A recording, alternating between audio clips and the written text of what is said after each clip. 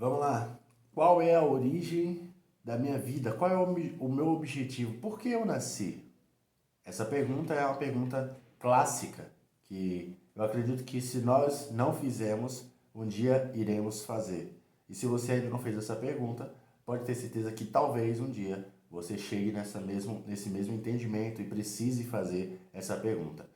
Uma das perguntas que eu mais me fiz é por que eu nasci, quem sou eu, qual o objetivo disso tudo?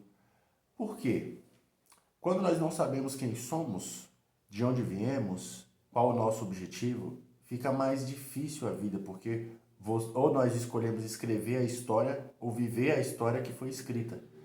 E basicamente, quando nós nascemos, as coisas já estão ali, já tem um roteiro. Quem já percebeu que quando nós nascemos já tem um roteiro? Você sabe que você tem que.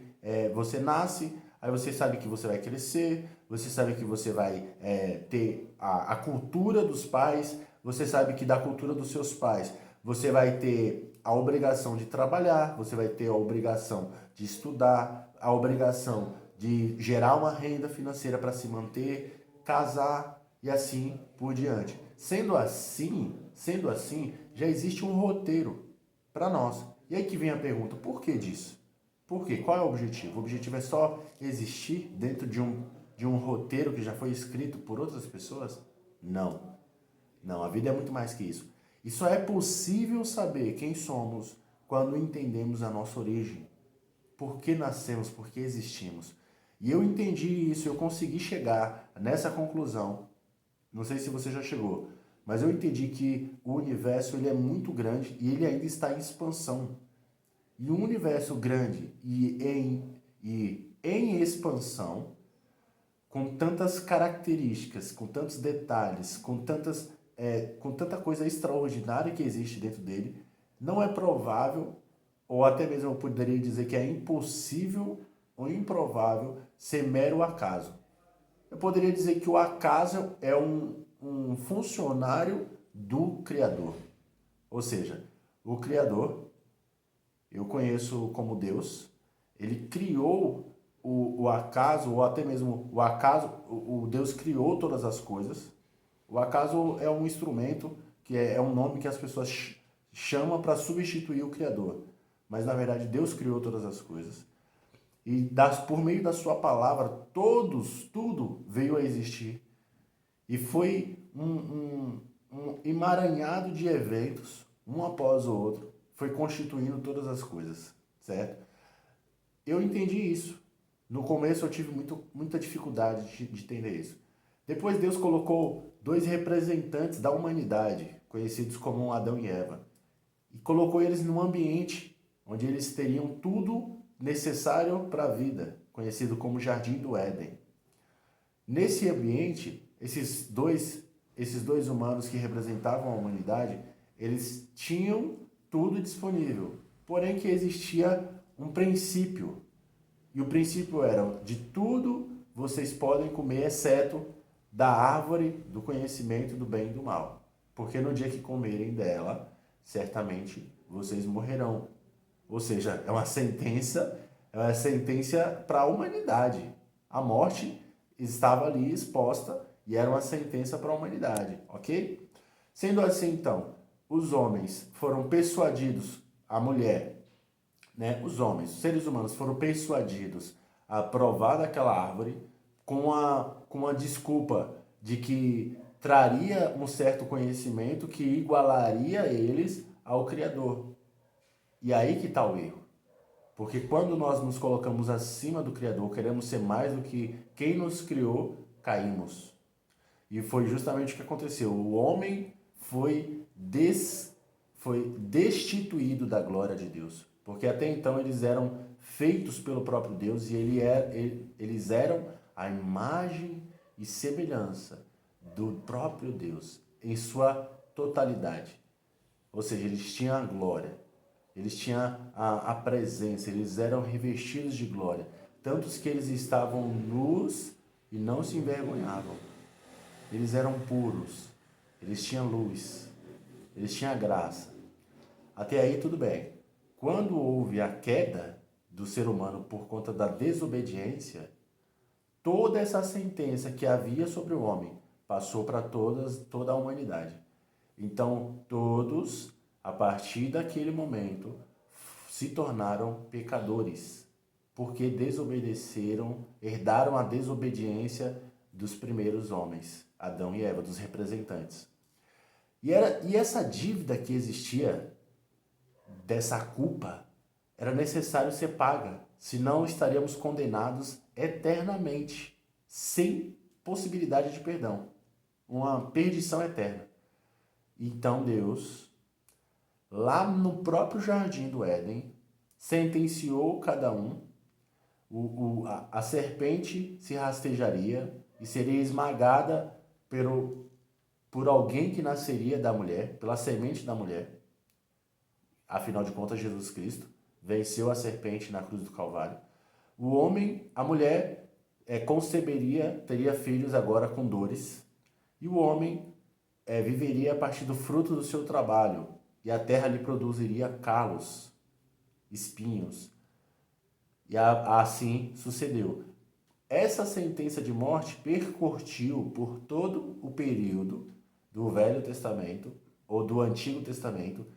Quando Jesus nasceu, ele passou 30 anos só se desenvolvendo, e durante 3 anos, dos 30 anos até os 33 anos, ele desenvolveu o seu ministério, ele colocou em prática o ministério. E tem toda uma tradição judaica por que desses 30 anos. Mas quando Jesus começou a colocar o seu ministério em prática, algo sobrenatural aconteceu, que todos viram o extraordinário Filho de Deus. E aquela sentença que foi decretada lá no Éden sobre alguém da semente da mulher que esmagaria a serpente se concluiu quando Jesus ele foi crucificado no madeiro. Ele pagou o preço que existia, a sentença, a dívida que existia lá do Éden, que os primeiros representantes erraram. Jesus quitou a dívida e cumpriu toda a lei. Tudo que estava estabelecido, tudo que era decretado, tudo que era mandado, ele cumpriu. E o princípio que Jesus deixou para nós é: ame ao Senhor teu Deus acima de todas as coisas. Ame ao teu próximo como a ti mesmo. Não adore a outro Deus, porque só existe um. E o único caminho de chegar até Deus é por meio de Jesus Cristo. E se existe algum ambiente, alguma pessoa, algum lugar que não menciona Jesus Cristo, ou que não mostra Ele como um único e suficiente Salvador, que não mostra Ele como o único caminho até Deus, pode considerar esse ambiente como um ambiente contrário ao caminho correto. Sendo assim, então, respondemos à primeira pergunta que precisa ser feita para nós. Primeira pergunta que existe, pergunta universal: quem sou eu? E a resposta é: eu sou a imagem e semelhança do Deus vivo. Eu vou me conhecer cada dia mais quando eu conhecer a Jesus. A partir do momento que eu conheço a Jesus, eu entendo quem eu sou.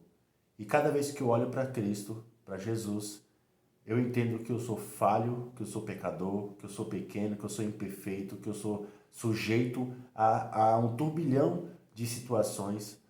Mas, quando eu aceito Jesus na minha vida, quando eu creio em Cristo, eu passo a viver conforme a palavra dele, e aí eu entendo o que o salmista Davi disse, quando ele disse assim: o Senhor é o meu pastor, e nada me faltará.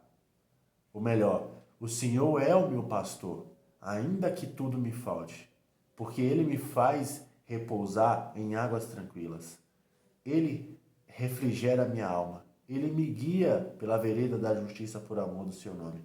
E ainda que eu ande, mesmo que eu andasse, ou quando eu andar pelo vale da sombra e da morte, eu não temerei mal algum, porque tu, ó Deus, estás comigo. A tua vara e o teu cajado me consolam. Prepara uma mesa perante mim na presença dos meus inimigos, unge a minha cabeça com óleo, e o meu cálice transbordará. Certamente que a bondade e a misericórdia do Senhor me seguirão todos os dias, e eu habitarei na casa do Senhor por toda a minha vida. Ou seja, Quando eu entendo o que Jesus fez por mim, eu entendo que eu sou ovelha. Eu entendo que eu sou ovelha e que Ele é o pastor. E quando eu estou debaixo da autoridade de Cristo, Ele me faz repousar em pastos verdejantes. E aí se cumpre o que está escrito em Salmo 91, que aquele que habita no esconderijo do Altíssimo, ele vai descansar à sombra do Onipotente, daquele que tem todo o poder.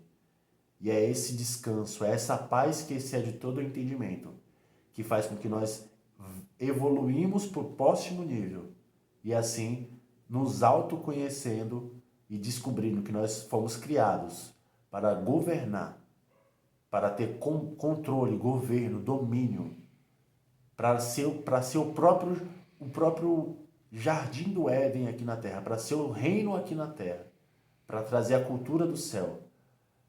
Nós não precisamos mais viver conforme a natureza carnal, a natureza humana, somente.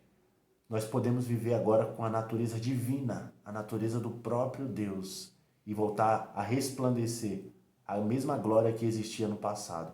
Podemos desfrutar da poderosa presença de Deus. Isso é um privilégio extraordinário no meu ponto de vista. E só é possível hoje eu entender isso quando eu entendi e quando eu comecei a conhecer a Jesus Cristo. E eu conheci, e eu conheço, e eu busco todos os dias mais conhecer. Porque o que o Senhor tem para mim, olho não viu, tem para nós, olho não viu, ouvido não ouviu, e nem subiu ao coração do homem, nem chegou à mente, ao pensamento, aquilo que Deus tem reservado para nós. Deus, ele tem o extraordinário dele reservado. E eu percebi o segredo maior. Ele é o maior extraordinário que existe. A maior riqueza, a maior dádiva, a maior bênção. Deus é. Estar na presença dele é o extraordinário. Não tem nada que se compara com estar diante de Deus. É a coisa mais extraordinária que existe, é a maior riqueza. A consequência de estar na presença dele é a sabedoria.